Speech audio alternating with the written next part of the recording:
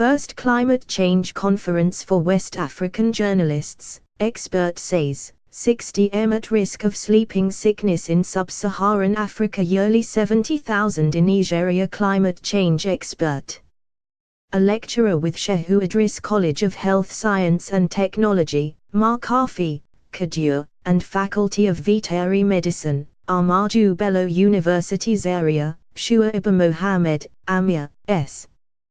has revealed that there are about 70,000 cases of sleeping sickness in Nigeria every year, and an estimated 60 million people are at the risk of the infection in Sub-Saharan Africa annually.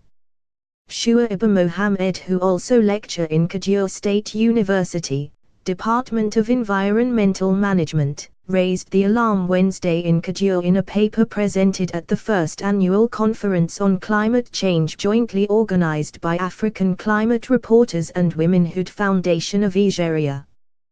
Titled, Climate Change and Parasitic Shift, Strategy for the Fulani of Northern Nigeria, the expert noted that one of the consequences of climate change is the shifting boundaries for many components and processes within the systems. Climate change is a natural phenomenon that is characterized by global warming, rising sea level and other extreme environmental events. Climate is essential to ecosystem services and stability. One of the consequences of climate change is the shifting boundaries for many components and processes within the systems, he said. He also said that among these components are pathogens and infectious diseases. Vector-borne diseases are particularly sensitive to warming because temperature changes can alter vector development rates, shift their geographical distribution and alter transmission dynamics. Trypanosome, a vector-borne disease of humans and animals, was recently identified as one of the 12 infectious diseases likely to spread owing to climate change. It is the most critical factor that limits the southwards migration of Fulani. In northern Nigeria, climate change impacts are mainly flood, drought and rural-urban migration, he said, adding that desertification in the far north, the expansion of the savanna in the middle belt and the contraction of the rainforest down south may expand availability of pasture and distribution of tsetse fly. The Fulanis and associated tribes, according to him, are the custodians of over 90% of cattle in Nigeria, stressing that these cattle are the major sources of meat and dairy products in Nigeria. The distribution of Fulani in Nigeria is determined not only by pasture and water but also by presence or absence of cattle parasites such as trypanosome.